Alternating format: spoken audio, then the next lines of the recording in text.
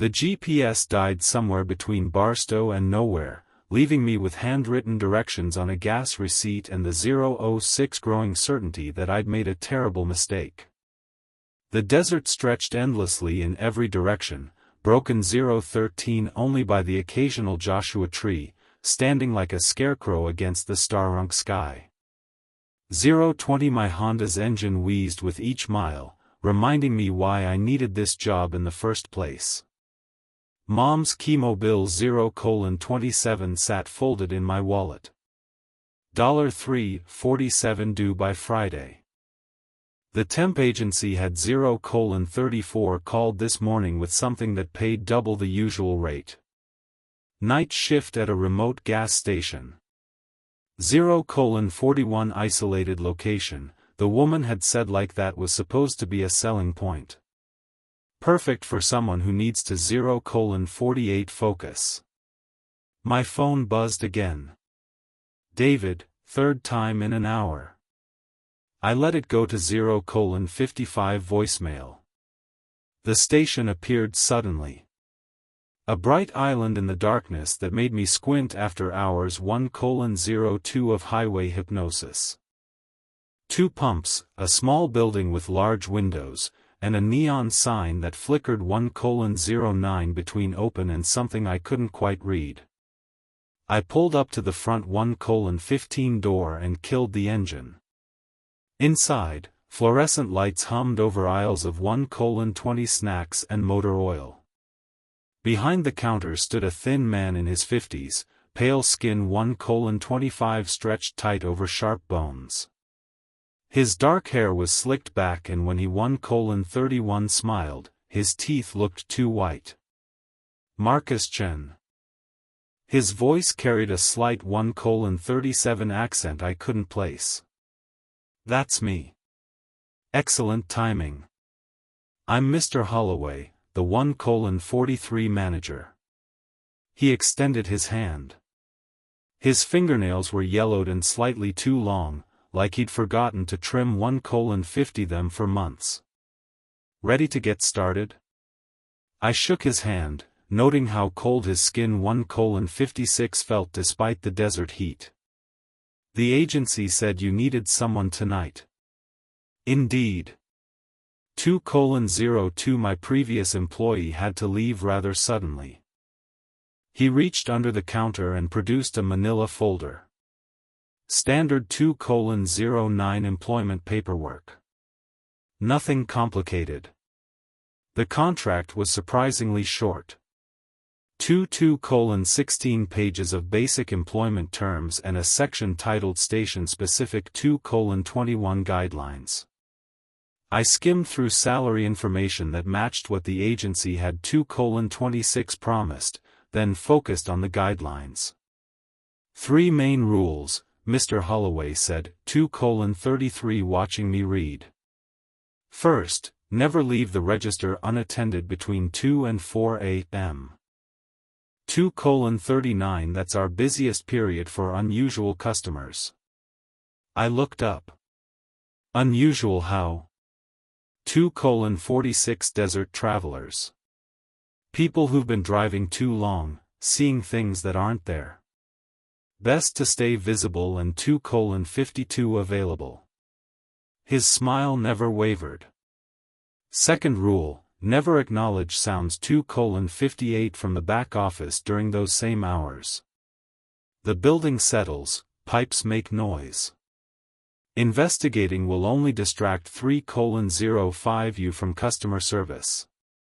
Okay, I kept reading. The third rule was 3:11 highlighted in yellow. Always fill customer vehicles to exactly 50% 3:16 capacity regardless of payment amount or customer requests. That last one seems odd. I said 3:24 insurance requirements. Something about liability and fuel expansion in desert heat. Mr. Holloway tapped the signature 3:32 line with one yellowed nail. The pen's right there. I picked up what looked like an 3:38 expensive fountain pen. Heavy and warm to the touch. The moment I pressed it to paper, pane 3:44 shot through my finger. I jerked my hand back, watching a drop of blood well up 3:50 from a small cut. Paper cut, Mr. Holloway said smoothly. Desert air makes 3:56 everything sharp. The pen had left a dark red signature across the line. I 4:01 sucked on my finger, tasting copper, while Mr. Holloway collected the papers with obvious satisfaction. 4:08 Welcome to the team, Marcus. Your shift starts now and ends at 6 a.m. He handed me a name tag and a ring of keys. 4:15 I'll be back tomorrow evening to check on you. Any questions? What about training? Register system procedures. 4:23 You'll figure it out. The station chooses its employees carefully. He headed for the door, then paused. Oh, 4:30 and Marcus, the rules aren't suggestions. Follow them exactly. The 4:36 door chimed as he left, and I was alone. The register system was straightforward enough. Basic point of sale with credit 4:43 card processing. I found the employee handbook under the counter, a thin booklet with Desert Star Station printed 4:50 on the cover. Inside were the same 3 rules Mr. Holloway had mentioned, plus 4:55 standard policies about theft, tardiness, and customer service. The first few hours passed normally. A 5:02 trucker bought coffee and complained about road construction. A family in an SUV needed directions to Phoenix. A 5:09 woman with California plates filled up her sedan while her kids slept in the back seat. Each transaction followed the 5:16 same pattern. They'd ask for a full tank. I'd stop the pump at 50%. 5:21 They'd look confused, but pay anyway. Around 11:30, the flow of customers slowed to nothing. I restocked the 5:28 coffee station and wiped down the counters, trying not to think about the silence pressing against the windows. 5:34 The desert at night felt alive in a way that made my skin crawl. When the night pivoted, exactly the door chimed. She wore a 5:42 faded blue dress that might have been fashionable decades ago, the fabric worn thin and colorless. Her dark hair hung 5:48 loose around her shoulders, and her skin had a pale translucent quality that made her seem insubstantial. 5:55 She moved through the aisles slowly, her eyes scanning the shelves like she was looking for something specific. 6:02 Can I help you find anything? I called out.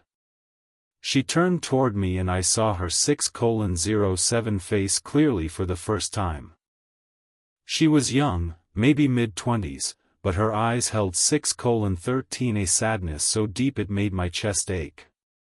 When she spoke, her voice was barely above a whisper.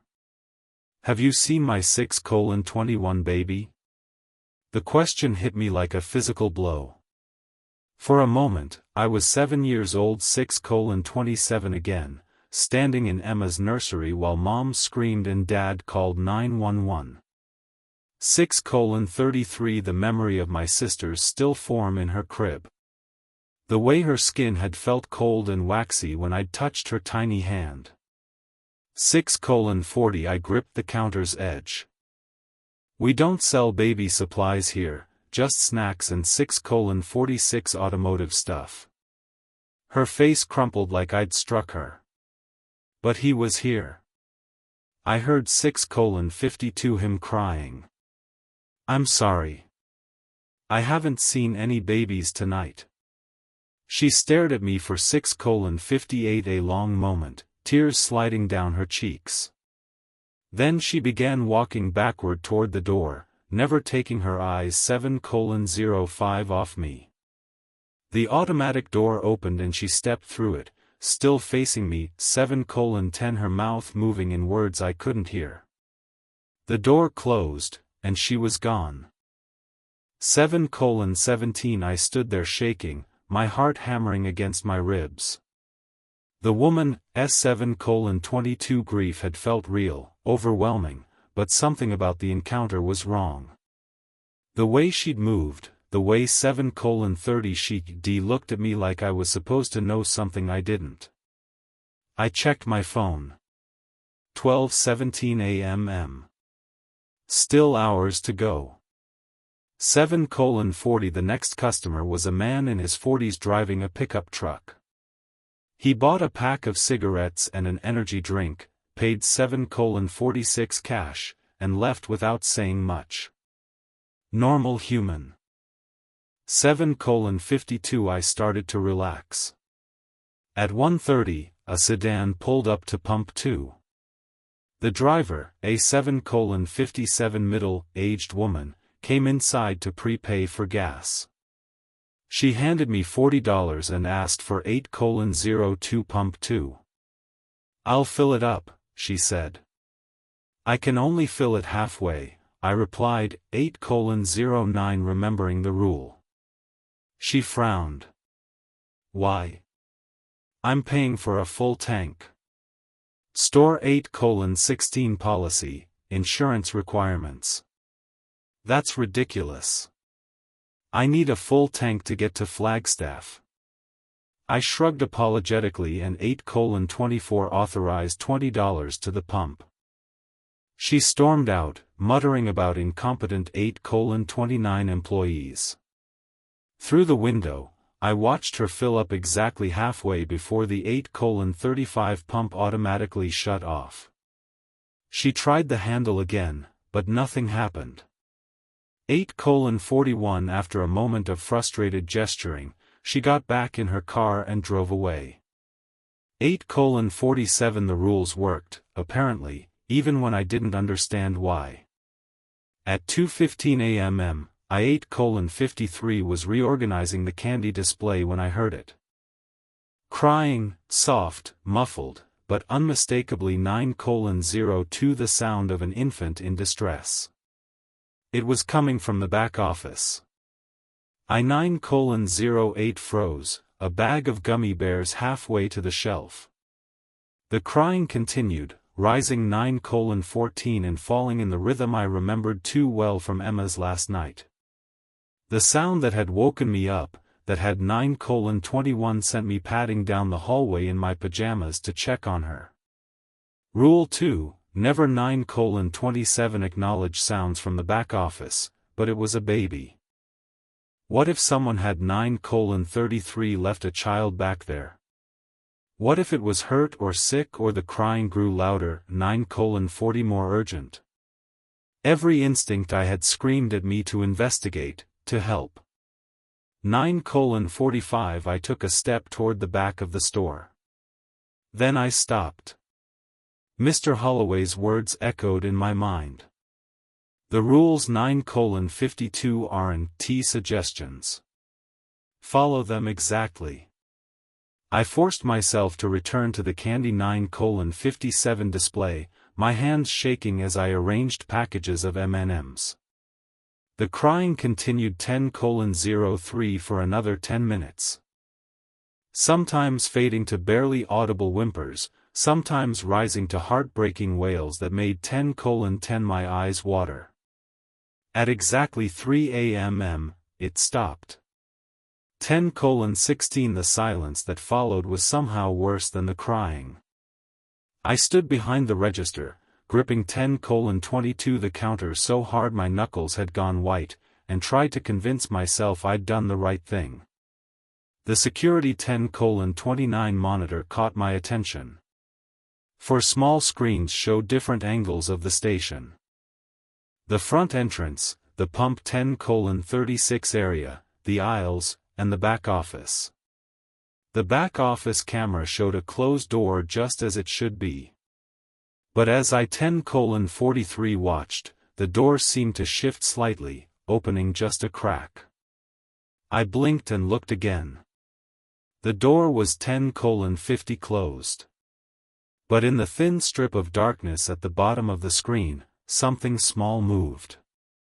A shadow, maybe 10:58, or a trick of the light. It was there for just a moment before disappearing. I stared at the monitor 11:05 until my eyes burned, but the movement didn't repeat. The back office remained 11:10 still and dark, the door firmly closed. My phone showed 3:23 a.m., less than 3:11:17 hours to go.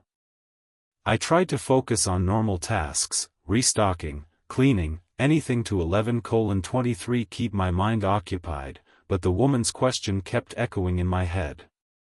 Have 11:28 you seen my baby? And underneath that, a worse thought. What if the crying had 11:34 been real? What if there really was a child back there and I'd ignored it 11:39 because of some arbitrary rule? But Mr. Holloway had been specific, never 11:44 acknowledged sounds from the back office. He'd known this would happen.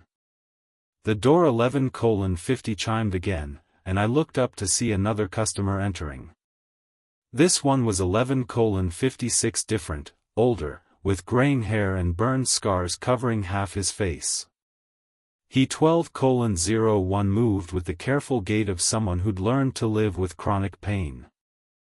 Evening, he said, approaching the 12:08 counter. Good evening. Can I help you?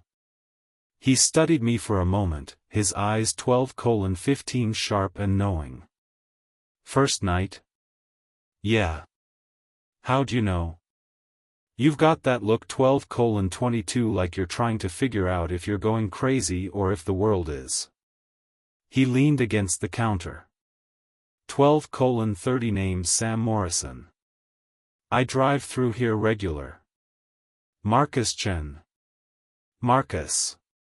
He 12:36 nodded slowly. How many rules did they give you? 3. Why? 12:43 Sam's scarred face twisted into something that might have been a smile. They always start with 3. Makes it 12:49 seem manageable. He pulled out a worn wallet and extracted a $20 bill, pack of Marlboro 12:57 Reds, and whatever gas this will buy.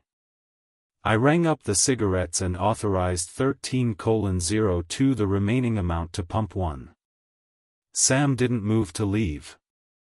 13:07 You heard the crying? He said it wasn't a question. I hesitated. I don't know 13:14 what you mean.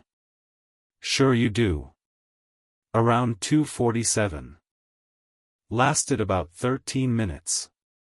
Stopped right 13:20 at 3 o'clock. Sam's eyes never left my face. You followed the rule. Good. That's how 13:27 you survived the first night. Survived this place.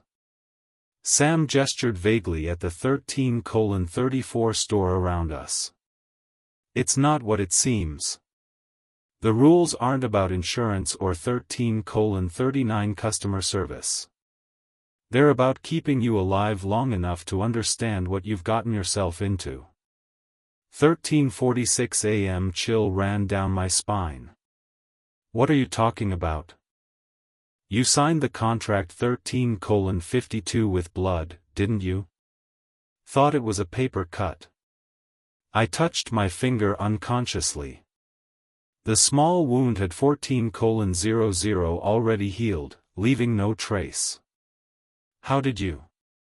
Because that's how it always 14:06 starts. The station chooses its employees, Marcus. And once you've signed, he shrugged. Well, let's just 14:15 say the job description isn't complete. Before I could respond, Sam headed for 14:21 the door.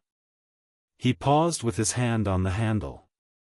Advice: follow the rules 14:27 exactly. Don't try to be a hero, and whatever you do, don't go looking for answers you're not ready to handle. He 14:34 pushed the door open. See you around, Marcus. One way or another. The door 14:40 chimed as he left, and I was alone again. I stared at the security monitor, 14:45, watching Sam pump his gas. He filled up exactly halfway, just like everyone 14:50 else, then got back in his truck and drove away. But something about his words had shaken me more than the crying 14:58 or the strange woman. The station chooses its employees. 15:03 I pulled out my phone and scrolled to David's missed calls. 3 voicemails, 15:09, all from earlier tonight. I played the first one. Marcus, don't take that job. 15:14 I looked into the company, Desert Star Station. There's something wrong with their employment records. People start 15:22 working there and then just disappear from the system. No forwarding 15:27 addresses, no references, nothing. Call me back. 15:33 The second message was more urgent. Seriously, man. I found a forum where people talk about these stations. 15:40 They all over the Southwest. Same company, same weird stories. Don't sign anything until we talk. The third 15:47 message was barely audible, like David was whispering.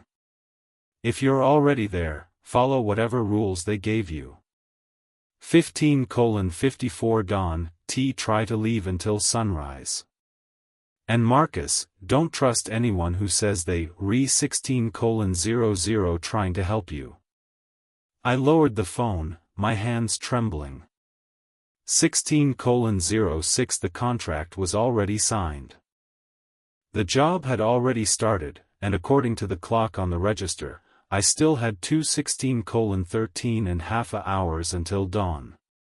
Outside, the desert stretched endlessly 16:18 in all directions, dark and empty, except for the small circle of light around the station. I was trapped here 16:25 until morning, bound by rules I didn't understand, in a place that apparently 16:30 chose its employees for reasons that had nothing to do with customer service. The 16:35 security monitor flickered, and for just a moment I thought I saw movement in the back office again. But when I looked 16:42 directly at the screen, everything was still. I gripped the counter and tried to steady my breathing.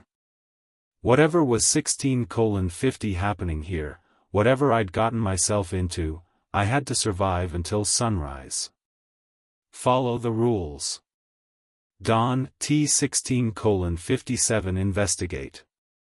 Don't try to be a hero.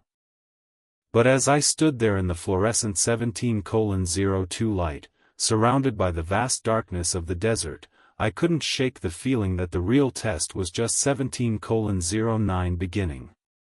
I stared at the computer screen, the employee training folder glowing like a 17:15 beacon in the digital darkness. After Sam's cryptic warnings, I needed answers that made sense. Real answers, not 17:22 riddles about stations choosing employees.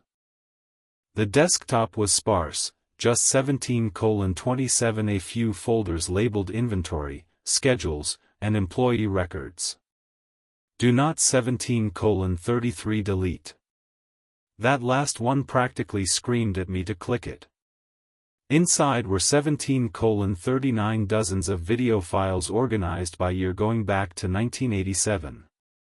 Each file was labeled with an employee name and date 17:46 range. I scrolled through them. Rodriguez, Miguel, 1989, 1990. Thompson 17:52 Sarah 1995-1996 Vasquez Eddie 1987-1988 Eddie Vasquez 18:00 I clicked on his file. The security footage was grainy black and white but clear enough. A young man with dark hair 18:06 stood behind the same register where I was sitting now. The time stamp read 3:17 a.m. October 15, 1987.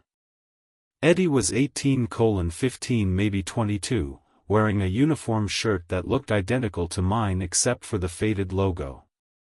In the video, Eddie suddenly 18:23 looked up, tilting his head like he was listening to something. His mouth moved. He was talking to someone off camera. 18:30 Then he stepped away from the register, moving toward the back of the store. The camera angle switched, following him 18:37 down the same aisle I'd walked earlier. Eddie approached the back office door, 18:42 his hand reaching for the handle. He paused, looking over his shoulder, then opened the door and disappeared inside. 18:50 For 20 minutes, the feed showed an empty store, just the register area, fluorescent lights humming silently in 18:56 the recording. Then Eddie returned to frame, but something was wrong. Eddie 19:02 walked normally, moved normally, but his shadow stretched across the floor in the 19:07 wrong direction. While Eddie stood directly under the lights, his shadow fell toward the camera, dark and sharp 19:14 against the linoleum. As I watched, the shadow moved independently, reaching toward the lens 19:20 while Eddie remained perfectly still. The video ended abruptly. I sat back, my 19:27 heart hammering. The timestamp showed Eddie had worked here for 8 months. What 19:32 had happened to him after that night? I checked the current security monitors. 4 feeds showing the station from 19:39 different angles. Front door, pump area, aisles, back office. Everything looked 19:45 normal until I focused on pump 3. A shadow moved between the gas pumps. Not 19:50 cast by any person or object I could see, but definitely there. It stretched and contracted like it was searching 19:57 reaching toward the building, then pulling back. The shadow of a person who wasn't there. Jesus, I whispered. The 20:06 front door chimed. Sam Morrison walked in, his scarred face grim in the fluorescent light. He moved straight to 20:13 the counter without browsing, his eyes fixed on me. How many rules did they 20:18 give you? He asked. 3. You asked me that earlier. That was earlier. 20:24 Things change fast here. Sam leaned against the counter. Check your handbook. 20:31 I pulled out the thin booklet from under the register. The cover still read Desert Star Station Employee Guidelines. 20:39 But when I opened it, my blood went cold. The pages had multiplied. What had 20:45 been a simple 3-rule pamphlet now contained 13 numbered guidelines, each written in different handwriting. Some 20:52 looked typed, others handwritten in various inks. Rule 7, written in blue ballpoint pen, read, Never 21:00 acknowledge temporal inconsistencies. The handwriting looked familiar. 221:05 familiar. That's impossible, I said. This was 3 pages when I started. 21:12 Rule 7, Sam said quietly. You just broke it. I stared at the handbook 21:18 flipping through pages that shouldn't exist. Rule 9 was written in red ink. 21:24 Sam Morrison must warn but cannot save. Rule 11 in pencil. Employee shadows 21:31 belong to the station after first violation. Sam, I said slowly. What happened to 21:37 Eddie Vasquez? Sam rolled up his left sleeve, revealing a tattoo on his forearm. Not a normal 21:44 tattoo. The words looked burned into his skin, raised and angry. Sam Morrison 21:51 must warn but cannot save. I tried to help him, Sam said. October 15, 1987. 21:59 Eddie was a good kid. Reminded me of my younger brother. When he started hearing the crying, I radioed him from my truck. 22:05 told him to stay at the register. But he went back there anyway. You were here that night. I've been here every night 22:12 since 1979. Different truck, same route, same warning I give to every new employee. 22:19 Sam's scarred face twisted. The station made me part of its system. I warn 22:25 people, but the warnings are designed to fail. Fear makes the binding stronger. I 22:32 looked at the security monitor showing pump 3. The shadow was still there, moving restlessly between the pumps. 22:40 Is that Eddie? Part of him. The part that tried to help someone else's baby 22:45 instead of following the rules. Sam pointed at the monitor. Your shadows 22:50 already starting to separate. Look. I glanced at the monitor showing the register area. There I was standing 22:57 behind the counter, but something was off about my reflection in the screen.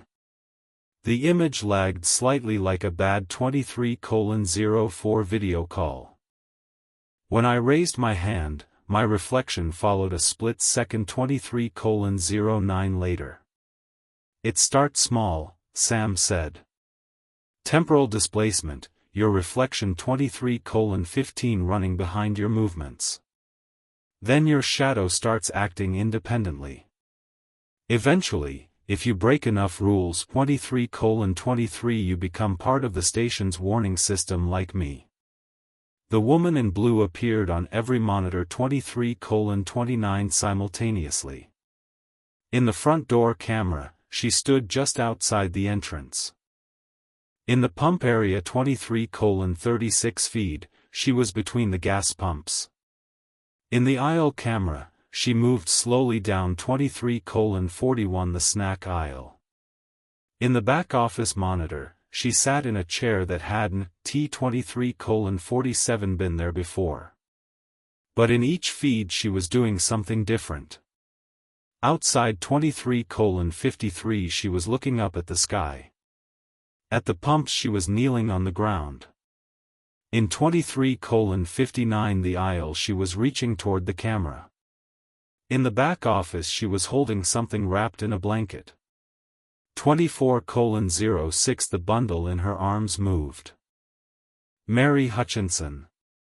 Sam said following my 24:12 gaze. Lost her baby here in 1892. Made a deal to search for him forever. Every 24:17 employee becomes part of her search. That's insane, is it? You signed a 24:23 contract with your blood. You're following rules that change themselves. You're watching security footage of a 24:29 man whose shadow moves independently. Sam's voice was matter of fact. What 24:35 part of this seems sane to you? I looked back at the monitor showing the back office. The woman, Mary, was 24:43 rocking the bundle gently. As I watched, she looked directly into the camera and 24:48 mouthed a single word. Help. She wants me to go back there. She 24:55 wants you to find her baby. That's what every employee thinks they're doing when they break Rule 2. But the baby ISN T25:02 lost, Marcus. The baby is the station. The crying, the searching, the endless 25:08 need, that's what powers this place. I checked my reflection in the monitor 25:13 again. The lag was getting worse. When I moved my head, my image took nearly a 25:19 full second to follow. How do I stop it? Sam was quiet for a long moment. You 25:26 dawn T. You survive until dawn, then you leave and never come back. That's the 25:32 only way. What about the next person? What about Jennifer? 25:38 Jennifer? I hadn't mentioned that name to Sam. I'd never heard that name before tonight, 25:44, but somehow I knew it like it had been written in my mind the moment I signed the contract. Sam's scarred face went 25:51 pale. You're already seeing the next employee. That means your binding is accelerating. 25:59 on the monitor, Mary stood up from the chair in the back office. She was walking toward the camera, the bundle 26:05 still in her arms. As she got closer, I could see that the blanket was moving more frantically, like whatever was 26:12 inside was struggling. Don't look, Sam said urgently.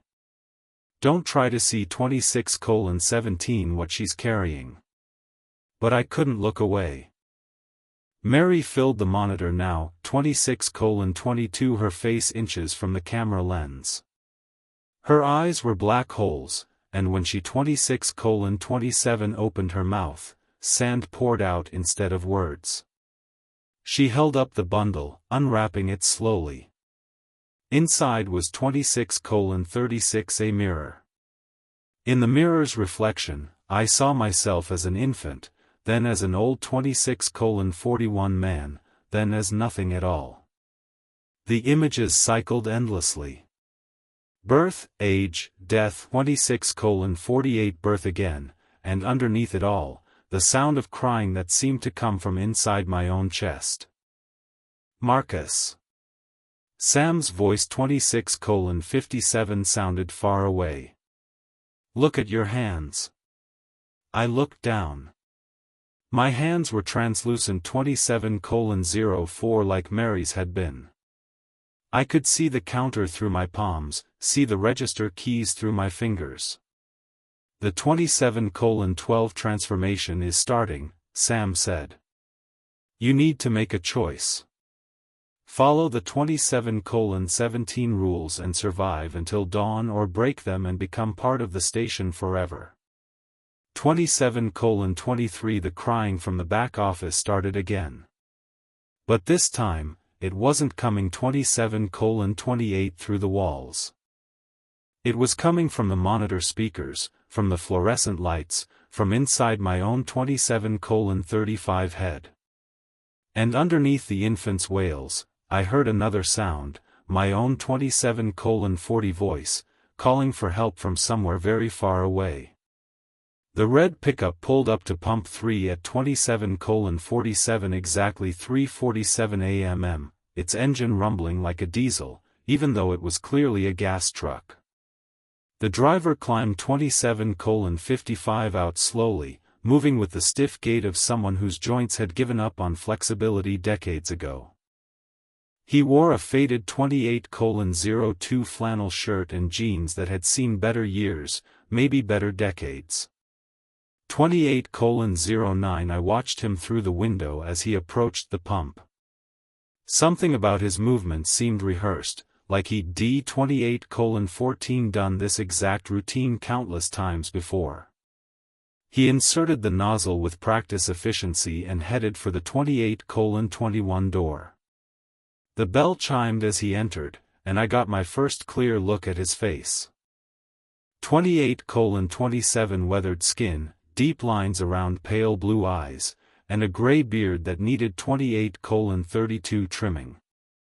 But it was his expression that caught my attention. The look of someone who expected things to go a certain way 28:39 and had never been disappointed.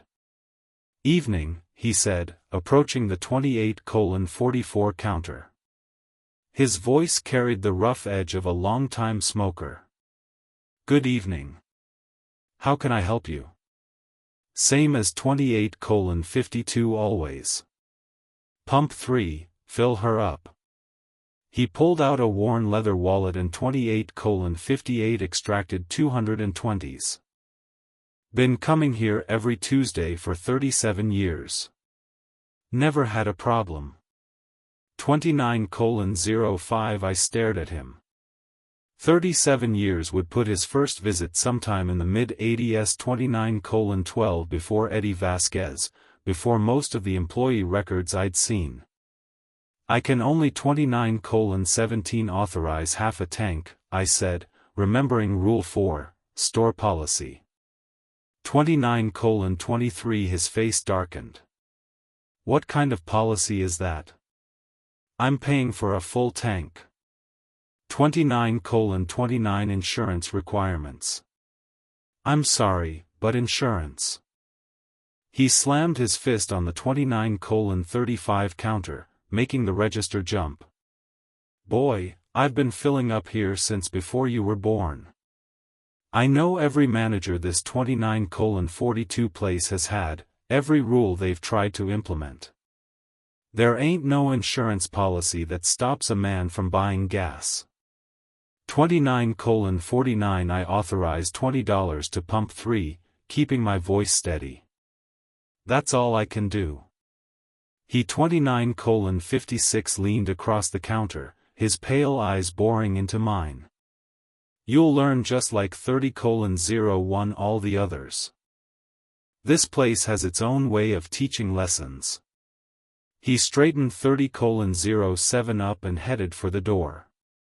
37 years and I ain't never left here with half a 30:13 tank. Tonight won't be the first time. The door chimed as he left. Through the 30:19 window, I watched him return to his truck and grab the pump handle. The display showed $20 authorized, but as he 30:26 squeezed the trigger, the numbers kept climbing. 25, 30, 40. The pump didn't T30:33 stop at 50%, it kept going until the tank was full. He hung up the nozzle, 30:38 tipped his hat toward the window, and drove away. I stared at the pump display. It still showed the full amount 30:45 he dispensed, but my register only recorded the $20 I'd authorized. The 30:50 system had let him break the rule like it recognized his claim about 37 years of service. My phone buzzed with a text 30:57 from an unknown number. Check the archives. Mary Hutchinson, 1892. 31:04 I looked around the empty store. No one else was here. No one else had my number except David. And this wasn't his phone. 31:12 I pulled up the browser on my phone and searched for Mary Hutchinson 1892. 31:18 The first result was a digitized newspaper article from the Barstow Desert Dispatch dated October 23 RD, 31:241892. Local woman's child vanishes during 31:29 desert crossing. The article was brief, written in the formal style of 19th-century journalism. 31:37 Mary Hutchinson, aged 28, traveling west with her husband and infant son, had 31:42 stopped at a way station to water their horses. When they prepared to continue their journey, the child was nowhere to 31:49 be found.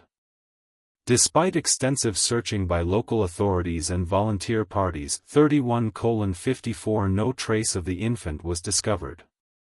What made my blood run cold was the accompanying photograph.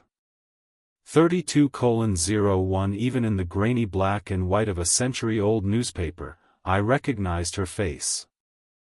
32:07. The same woman who'd asked about her baby. The same translucent skin. The 32:13. Same deep sadness in her eyes. The caption read, Mrs. Mary Hutchinson at 32:19. The site where her son disappeared.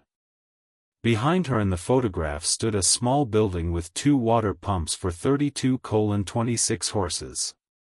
The structure was different, older, but it occupied the exact same 32:31 location as the current gas station. My phone rang. Mr. Holloway's name appeared 32:36 on the screen. Marcus. His voice was calm, almost pleased. How are you 32:42 managing your first night?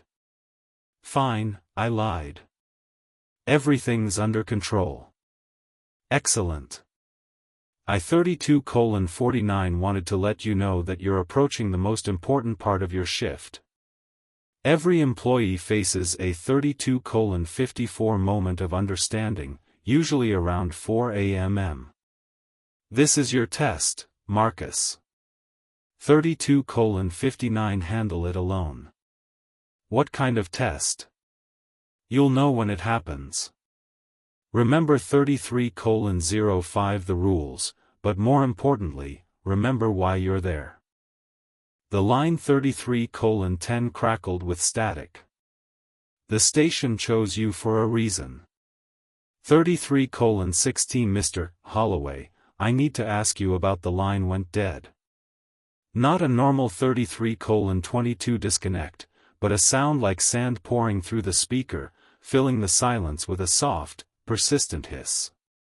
I 33:29 tried calling back. The number went straight to a recording. The number you have dialed is not in service.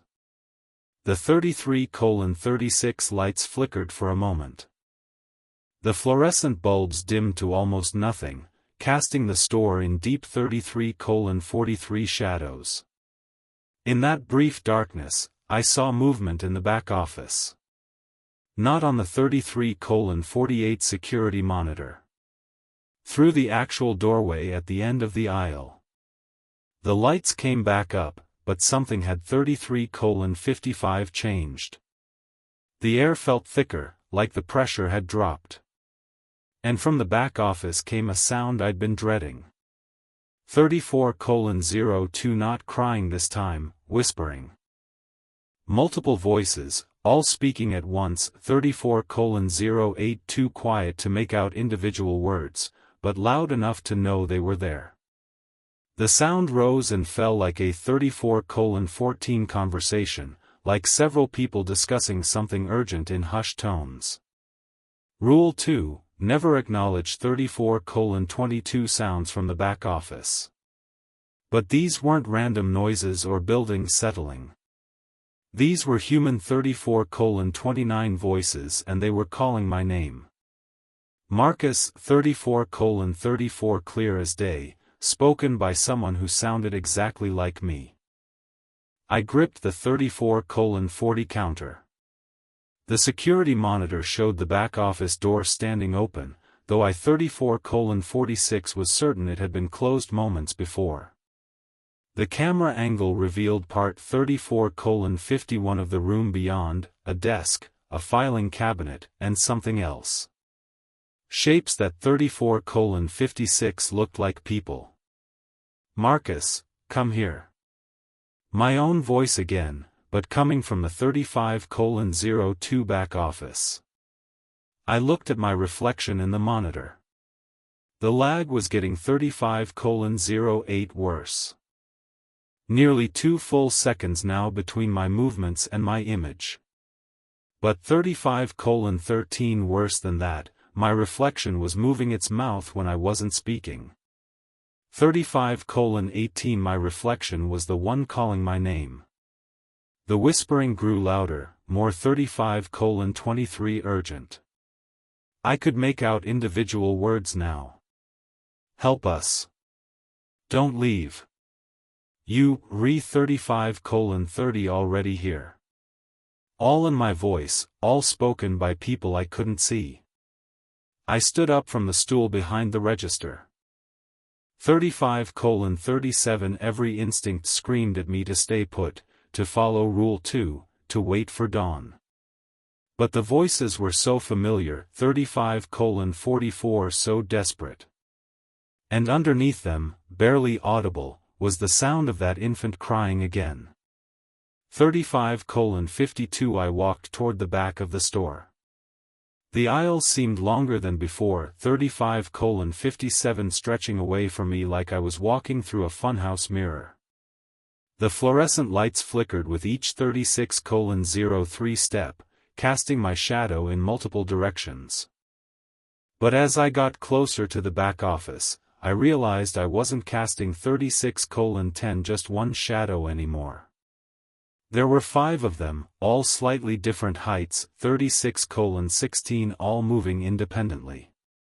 I reached the doorway and looked inside. 5 versions of myself sat around a 36:23 small table in the back office. Each one was in a different state of decay.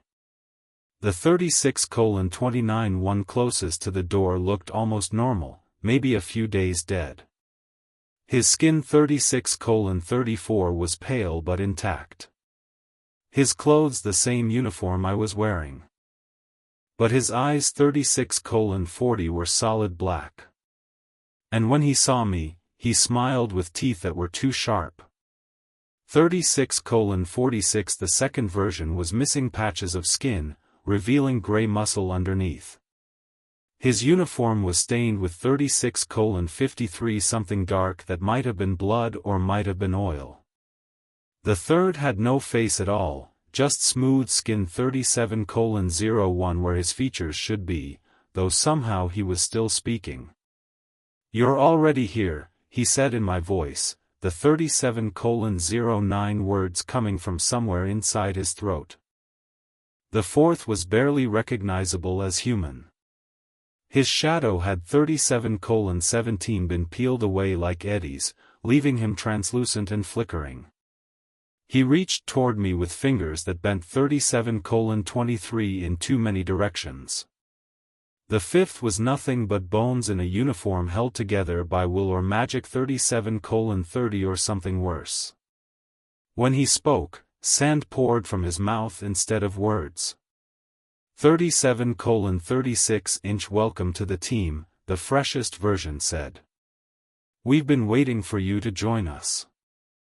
I tried to step 37:42 backward, but my feet wouldn't move. The faceless version stood up from the table, his movements smooth and wrong.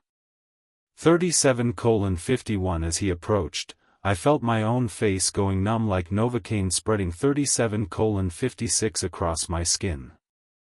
"Don't fight it," he said. "Fighting just makes it take longer." 38:02 His hand reached toward my face, fingers that felt like ice and static. 38:08 When they were inches from my skin, I felt my reflection in the dark window behind him beginning to blur. I jerked 38:15 backward, breaking whatever hold had kept me frozen. The numbness in my face receded, but I could still feel where 38:22 his fingers had almost touched me. Cold spots that burned like frostbite. I ran. 38:29 behind me, all 5 versions of myself laughed in perfect unison, the sound echoing through the store like a chorus 38:36 of the damned. I made it back to the register just as sand began pouring through the sealed windows. Not from 38:43 outside. The desert beyond the glass was still and quiet. The sand was coming 38:49 from inside the building itself, streaming through cracks that shouldn't exist, filling the air with grit that 38:55 tasted like copper and decay. The woman in blue materialized behind the counter next to me. 39:01 inch. He's crying again, she said, holding her bundle close. He's been crying for 39:06 so long. The sound was coming from everywhere now. Not just the back 39:12 office, but from inside the walls themselves. From the ceiling tiles, from the floor, from the very structure of 39:19 the building. The cry of an infant who had been lost for over a century, who would never stop searching for comfort. 39:25 that would never come. All the gas pumps outside turned on at once. Through the 39:31 window, I watched fuel spray from every nozzle, but it wasn't gasoline. The liquid was dark red and smelled like 39:37 copper when the wind carried it through the door. The pump displays showed numbers, but not gallons or dollars. 39:44 dates, 1995, 2003, 2017, 2024, 2031. All 39:51 different years, all in the future, all showing the different times I would die. 39:56 The sand was ankle deep now, rising steadily. Mary Hutchinson looked at me 40:01 with her black hole eyes and unwrapped her bundle. Inside was a mirror, just 40:07 like in the security footage. But this time, when I looked into it, I 40:12 saw something different. I saw myself at age 7 standing in 40:18 Emma's nursery. I saw myself signing the contract with blood. I saw myself in the 40:24 back office with the other versions. All of us trapped in an endless cycle of 40:30 death and rebirth. And I saw myself 30 years from now 40:35 standing behind this same register, warning a young man who looked exactly like me about rules he would never be 40:41 able to follow. The mirror showed me the truth. I had never left this place. I had been here 40:49 all along, in every moment, in every timeline, dying and returning and dying again. The station didn't choose its 40:55 employees, it created them. I stared at the sedan through the window as it 41:01 pulled up to pump 2, its headlights cutting through the pre-dawn darkness. The car looked normal enough, a silver 41:08 Honda Accord, maybe 10 years old, with a few dents that spoke of highway miles 41:13 and parking lot mishaps, but something about the way it moved felt wrong, like 41:19 it was gliding rather than driving. The family that climbed out made my stomach drop. There were 3 of them, 41:26 2 adults and a child who couldn't have been older than 8. They moved with the careful coordination of people who 41:33 done this before. The parents flanking the kid as they approached the building. But where their faces should have been 41:40 there was only smooth skin. No eyes, no nose, no mouth, just blank expanses of 41:45 flesh that somehow still managed to convey expression through subtle shifts and tilts. The child was different. They 41:53 had a mouth, a perfect normal mouth that moved as they spoke, even though the 41:59 rest of their face was as featureless as their parents. Please, 42:04 the child said, pressing their small hands against the glass door. Their 42:09 voice was clear, articulate, completely at odds with their appearance. 42:15 inch we remember being normal. We had faces before we broke Rule 11 at the Tucson 42:21 station. I stayed behind the register, my hands gripping the counter. The family stood 42:28 outside, not trying to enter, just waiting. The parents' heads turned toward me in 42:34 unison. And somehow I knew they were looking at me despite having no eyes. 42:39 Rule 11, the child continued, their breath fogging the glass. Never trust 42:45 your own reflection after the middle of the night. We thought it was stupid. We looked in the bathroom mirror and laughed about it. 42:52 their voice cracked. The next morning, we woke up like this. The woman in blue 42:57 materialized beside me so suddenly I jumped. She was holding her bundle again, rocking it gently as she watched 43:05 the family outside. "They're from the network," she said softly. 43:10 every station is connected. When one employee fails, they become fuel for the system. These three have been driving 43:18 from station to station for 2 years, trying to find someone who will break the rules and free them all. "That's 43:25 insane," I whispered. "Is it?" She looked at me with those black 43:31 whole eyes. "You've been holding my baby since you signed the contract, Marcus. Every 43:37 employee becomes the child's caretaker through the blood signature. The crying you hear, that's your own future voice 43:44 calling back through time." I wanted to argue, to deny it, but the 43:50 crying from the back office had never stopped. And now that she mentioned it, 43:55 the voice did sound familiar. Too familiar. The child outside pressed 44:01 harder against the glass. "Please, we know you can hear us. We know 44:06 you understand. Just break one rule. Any rule. Set us free." Their parents nodded 44:14 in silent agreement, their smooth faces somehow conveying desperate hope. I 44:19 thought about my father, about how he'd left when I was 7, claiming he had 44:24 to do something important, something noble, how he'd promised to come back 44:30 and never did. How my mother had cried for months, waiting for a man who 44:35 abandoned his family for whatever cause he thought was more important than us. "No," I said, loud enough for them to 44:43 hear through the glass. "I'm not breaking any rules." The child's face crumpled. "But we, 44:51 suffering. We've been suffering for 2 years, and I'm sorry about that, but I am 44:57 not making the same mistake my father made." I turned away from the window.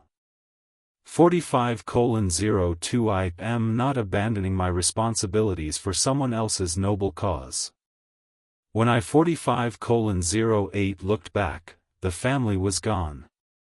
The sedan sat empty at pump 2, its engine 45:14 still running, but no one was inside. The woman in blue was studying me with 45:19 something that might have been approval. "You're learning," she said, "but you still don't understand what you, 45:25 really holding." She unwrapped her bundle slowly, revealing the mirror I'd seen before. 45:32 but this time, when I looked into it, the reflection was different. I saw myself as an infant, tiny and 45:39 helpless, then aging rapidly through childhood, adolescence, adulthood, old 45:46 age, death, and back to infancy again. The cycle repeated endlessly, each 45:52 lifetime compressed into seconds. "Time folds here," she explained. "Every 45:57 employee exists at every moment at once. Past, present, future, they're all the 46:03 same thing. You're not just working tonight, Marcus. You're working every night that ever was or ever will be." I 46:11 pulled out my phone and called Sam's number. He answered on the first ring. "You need to see something," I said. I am 46:19 already here. I looked up. Sam stood outside the front door, his scarred face 46:26 grim in the fluorescent light. He wasn't trying to enter, just standing there like he was waiting for permission. 46:32 come in, I called. He shook his head. Can't not anymore. But I can talk 46:39 through the glass. I walked to the door, staying on my side of the threshold. Sam, I found your personnel file. It 46:47 shows employment dates from 1952 through 2024. Same photo for 72 years. Sam's 46:54 expression didn't change. Time works different when you're bound to the system. I traded linear existence for 47:00 eternal service. Every night I warn new employees. Every night they make the same choices. Every night the station 47:07 gets stronger. Your warnings help it claim people faster, don't they? Fear is the key 47:14 ingredient. Sam admitted. The station feeds on resistance, on the struggle 47:20 between following rules and breaking them. My warnings create that tension. 47:26 I am not trying to save anyone, Marcus. I'm part of the trap. The handbook in my pocket grew heavier. I pulled it out and 47:32 watched new pages materialize. The text writing itself in real time. Rule 1447:38 appeared in handwriting I recognized as my own. Marcus Chen must complete the cycle. My name was already in here, I 47:46 said, showing Sam the page through the glass before I arrived, before I signed 47:51 to anything. The station's been waiting for you specifically. Your bloodline has a debt to pay. Eddie's shadow detached 47:59 itself from the pump area and glided toward the building. It moved like liquid darkness flowing across the 48:06 pavement until it reached the window where Sam stood. The shadow pressed against the glass, and when it spoke, it 48:13 was in Eddie's voice. Your father signed the same contract in 1995, the 48:19 shadow whispered. Debt passes through bloodlines, Marcus. The station's been waiting 29 years for you to come home 48:26, my father abandoned us, I said. He left when I was 7. He left to delay 48:33 your calling. Eddie's shadow replied, every year he stayed away was another year you got to live normally. 48:40 but the debt always comes due. The woman in blue moved closer to me, her 48:45 bundle shifting in her arms. Look again, she said, holding up the mirror. 48:51 this time, I saw something different in the reflection. Not just my face aging 48:57 and dying and being reborn, but my father's face, too. And behind his 49:02 another man who looked like both of us. And behind him, another, a chain of 49:09 faces stretching back through generations. All of them trapped in the same endless cycle. 49:15 every bloodline that makes a deal with the station becomes part of its foundation. She explained, your 49:22 ancestor made the first contract in 1892. He was traveling with his wife and child 49:28 when they stopped here. When the baby disappeared, he offered his family's eternal service in exchange for the 49:35 child's return. But the baby never came back. The baby became the station. The 49:42 crying, the searching, the endless need. That's what powers this place. And every 49 to 47 generation of your family has fed that hunger. I looked at the mirror again. 49:53 in the reflection, I saw myself signing the contract with blood. But behind me stood my father, and behind him his 50:00 father, and behind him another man I'd never seen but somehow recognized. All 50:06 of us signing the same contract. All of us bound to the same fate. How many of 50:12 us have worked here? Every generation sends one, she said. Your great-great-grandfather in 1892, your 50:19 great-grandfather in 1923, your grandfather in 1954, your father in 50:241995, and now you. The crying from the back office grew louder, more desperate. 50:32, but now I could hear the layers in it. Not just one infant's voice, but dozens. 50 to 38 generations of children who'd been lost to feed the station's hunger. The cycle has to be completed. The woman in blue 50:45 said, "That's why you're here. That's why you signed the contract. Not because 50:51 you needed the job, but because the debt demanded payment." Eddie's shadow 50:56 pressed harder against the window. Your father tried to break the cycle by staying away, but the station just 51:02 waited. It knew you'd come eventually. I thought about the GPS dying, about the 51:09 handwritten directions that had led me here, about how perfectly everything had aligned to bring me to this place at 51:16 this time. I never had a choice, did I? There's always a choice, Sam said 51:21 through the glass. But some choices have consequences that stretch across generations. 51:28 The handbook grew heavier in my hands. New rules were writing themselves faster. 51:33 now, filling page after page with instructions I'd never be able to follow. Rule 17, the Chen bloodline 51:41 serves until the debt is paid. Rule 18, payment requires willing sacrifice. 51:48 Rule 19, the cycle completes at dawn.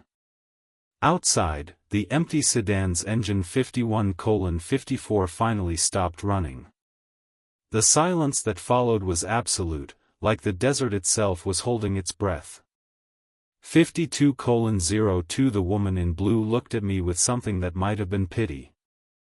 The sun rises in 43 minutes, she said. 52:10 That's when you'll understand what your father really sacrificed to give you 29 years of freedom.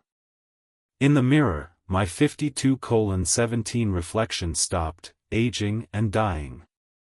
Instead, it showed me standing behind 52:22 this same register, but older. Much older. And behind me stood a young man 52:28 who looked exactly like me, signing a contract with blood while I watched with the same expression of resigned 52:35 understanding that Sam wore now. The cycle wasn't ending with me. It was just 52:41 beginning. I stared at my reflection in the dark window behind the register. 52:473 seconds. That's how long it took for my image to catch up with my movements. Now, 52:54 when I raised my hand, my reflection waited, then slowly lifted its arm like it was moving through thick water. The 53:02 lag had been getting worse all night. But this was different. This was Eddie Vasquez territory. I 53:10 pulled out my phone and turned on the camera, switching it to selfie mode. In the screen, my reflection moved 53:16 normally, but when I looked at the actual window, the delay was still there. The station was separating me 53:22 from myself piece by piece. Time to go, I said to the empty store. 53:29 The woman in blue had vanished along with her bundle. Sam was gone from outside. Even the crying from the back 53:36 office had stopped. The only sound was the hum of fluorescent lights and the distant rumble of my Honda's engine in 53:43 the parking lot. I grabbed my keys and headed for the door. The handbook fell from my pocket, hitting the floor with a 53:50 sound like breaking glass. When I bent to pick it up, I saw my shadow on the 53:55 linoleum. The edges were peeling. Just like Eddie's in the security footage, my 54:01 shadow was coming apart at the borders, fraying like old fabric. Dark wisps curled away from my outline, 54:09 dissolving into nothing before they hit the ground. I left the handbook where it fell and ran for the door. The Honda 54:16 started on the first try, which should have been reassuring. Instead, it felt like the station was 54:22 letting me go, which meant it didn't need to keep me anymore. I'd already served my purpose. 54:29 I drove east toward the sunrise, watching the gas station shrink in my rear-view mirror until it was just 54:34 another speck in the desert. The GPS on my phone came back to life, showing a 54:40 clear route to Barstow, then the interstate home. But 20 miles down the highway, I saw something that made me 54:46 pull over. Another gas station. Same layout, same design, same blue and white 54:52 color scheme. A young woman stood behind the register, visible through the front window. She had shoulder-length dark hair 54:59 and wore a blue polo shirt that looked exactly like the uniform I'd been given. I parked and walked to the window. The 55:07 woman looked up from whatever she was reading and waved. Her name tag said Jennifer. She was maybe 22 with the kind 55:15 of optimistic smile that said she still believed hard work and good intentions could solve any problem. The same smile 55:23 ID probably worn 12 hours ago. I got back in my car and kept driving. In 55:28 Barstow, I stopped for coffee at a truck stop. While I was paying, I glanced through the window at the gas station 55:35 across the street. Different company, different colors, but the same basic layout. And behind the register stood 55:42 the same young woman, same hair, same uniform, same name tag, Jennifer. 55:48 I drove to Bakersfield. Different station, same woman. Fresno, same thing. 55:54 By the time I reached the outskirts of Los Angeles, I'd seen her in 6 different locations. Always behind the 56:00 register, always alone, always wearing that hopeful smile. Geography didn't T56:06 matter once the station had you. My phone rang as I merged onto the 405. 56:12 unknown number. Hello, Marcus. The voice was young, female, scared. Is this 56:19 Marcus Chen? I'd never heard this voice before, but somehow I knew who it was. 56:25 Jennifer, how do you know my name? I didn't tell you my name. She was crying 56:30 now. Marcus, something's wrong with my handbook. Your name just appeared as 56:37 Rule 15. Never trust Marcus Chen's warnings. What 56:42 does that mean? What did I do wrong on my first shift? I opened my mouth to 56:47 answer, but the voice that came out wasn't mine. It was deeper, older, 56:53 carrying the weight of decades I hadn't lived yet. Fighting only makes it worse, my voice 56:59 said while I sat there listening to myself speak. The station feeds on resistance. You should accept your role 57:06 before it gets chosen for you. Marcus. Marcus, are you there? Jennifer's voice 57:12 was getting more frantic. Please, I need help. I don't understand what's happening. I tried to speak to tell her 57:19 I was sorry that I didn't know how to help, but my mouth wouldn't move. The 57:24 voice that wasn't mine continued talking. Every employee serves their purpose. Your purpose is to maintain the 57:32 cycle until your replacement arrives. Stop fighting and it won't hurt as much.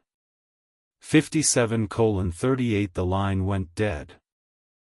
I pulled over at the next exit and sat in a McDonald's parking lot staring at my phone. When I 57:45 tried to call Jennifer back, the number went straight to a recording. The number you have dialed is not in service. I 57:52 rolled up my sleeves to splash cold water on my face from a bottle in my cup holder.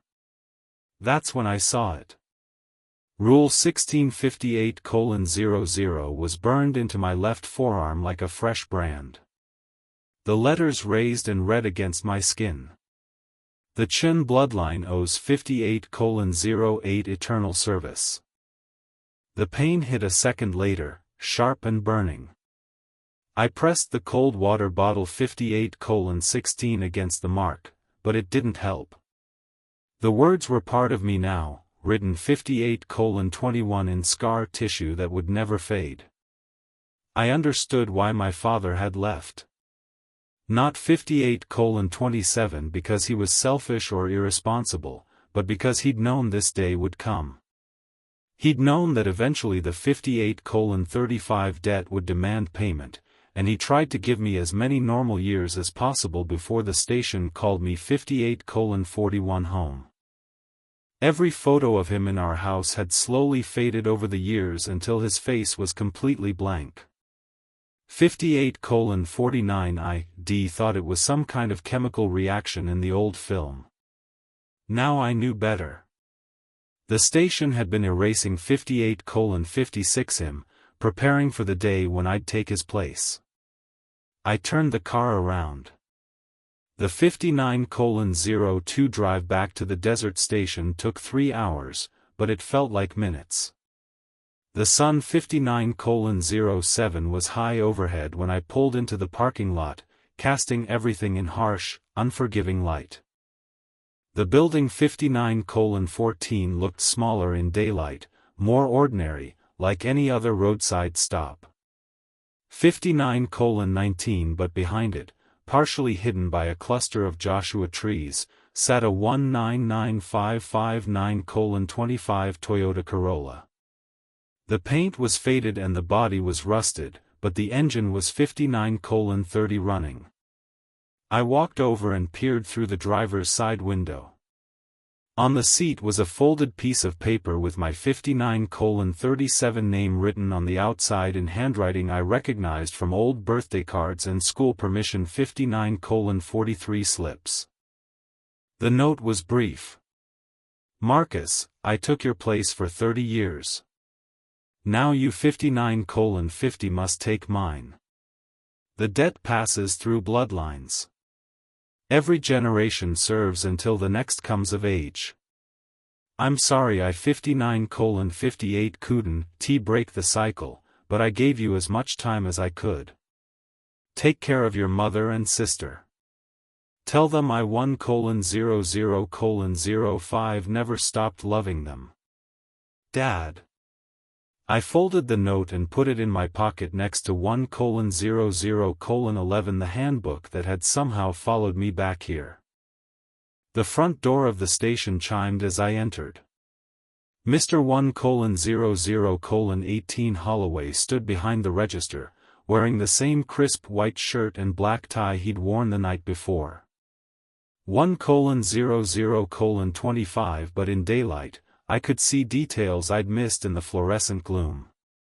His skin had a waxy quality, like it had 1:00:31 been molded rather than grown. His eyes were too bright, too focused, like a 1:00:37 predator watching prey. "Welcome back, Marcus," he said. "I was wondering when 1:00:43 UD return. Where's my father? He completed his service this morning when 1:00:48 U signed the contract.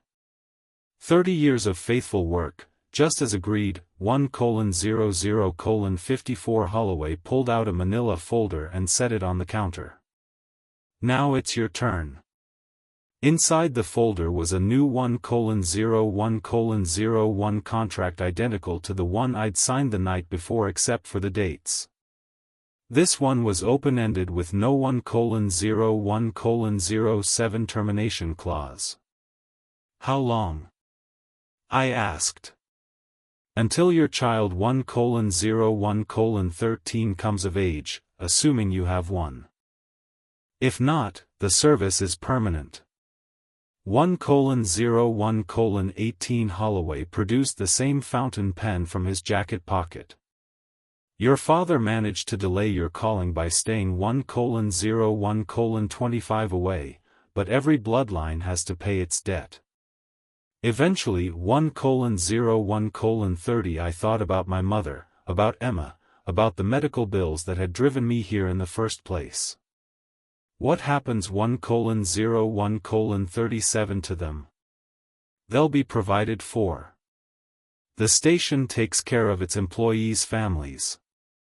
Your mother's cancer treatment 1:01:44 will be covered. Your sister's education funded. All you have to do is sign. And 1:01:50 if I don't." Holloway's smile never wavered. "Then they suffer the consequences of your family's broken 1:01:56 promises. The debt will be collected one way or another, Marcus. The only 1:02:01 question is whether you pay it willingly or whether it's taken by force." I picked 1:02:06 up the pen. It was warm to the touch, like it had been sitting in sunlight. 1:02:12 and when I gripped it, I felt the same sharp prick I'd experienced the night before. 1:02:17 My blood welled up from the tiny cut, ready to seal another generation's fate. 1:02:24 This started with Mary Hutchinson, didn't it? I said. In 1892 1:02:29 Mary made the first deal. Yes.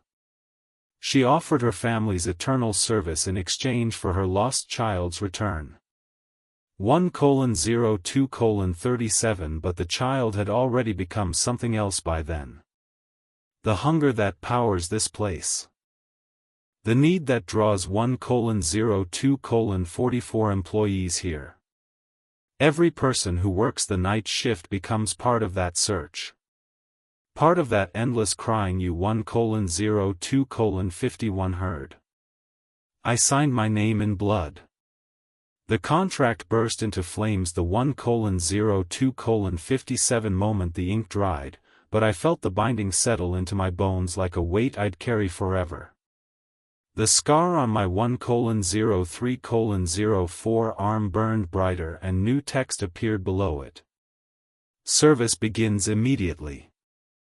1:03:12 Your first shift starts tonight, Holloway said, filing the ashes of the 1:03:17 contract in a cabinet behind the register. 8 p.m. M. to 6 a.m. M., 7 days a week. 1:03:24 ULL Find your uniform in the back office along with your updated handbook. 1:03:29 What about Jennifer? She'll serve until her replacement arrives. Could be days, could be 1:03:35 decades. Time moves differently for each employee. He handed me a set of keys. These open 1:03:43 everything you'll need access to. The rest you'll learn as you go. I walked toward the back office, past the aisles 1:03:50 of overpriced snacks and motor oil, past the security monitors that showed empty pumps and endless desert. The door at 1:03:57 the end of the hallway stood open, revealing a small room with a desk, a filing cabinet, and a closet full of 1:04:03 blue polo shirts in my size. On the desk was a new handbook. This one bound in 1:04:09 black leather instead of the cheap paperback I'd carried the night before. I opened it to the first page. 1:04:16 Welcome to your eternal employment, Marcus Chen. Your father's service has ended. Yours has begun. 1:04:24 The rules that followed were different from the ones I'd memorized. These were personal, specific to my 1:04:31 bloodline and my role in the station's operation. Rule 1, maintain the cycle until your 1:04:39 replacement arrives. Rule 2, every employee must believe they have a 1:04:44 choice. Rule 3, the debt passes to the next generation. 1:04:51 I closed the handbook and looked at my reflection in the dark computer screen. The lag was gone. My image moved in 1:04:59 perfect synchronization with my body. But something else had changed. My eyes 1:05:05 were brighter now, more focused, like Holloway's, like a predator watching 1:05:10 prey. Outside, a car pulled up to pump 3. A young man climbed out, maybe 19 or 20, 1:05:18 with the desperate look of someone who needed money fast. He walked toward the building with the 1:05:23 same determined stride I'd used 12 hours ago. I straightened my new uniform and 1:05:29 walked back to the register. The cycle was beginning again, and I had a job to 1:05:34 do. The station had to eat, and I was the one who fed it.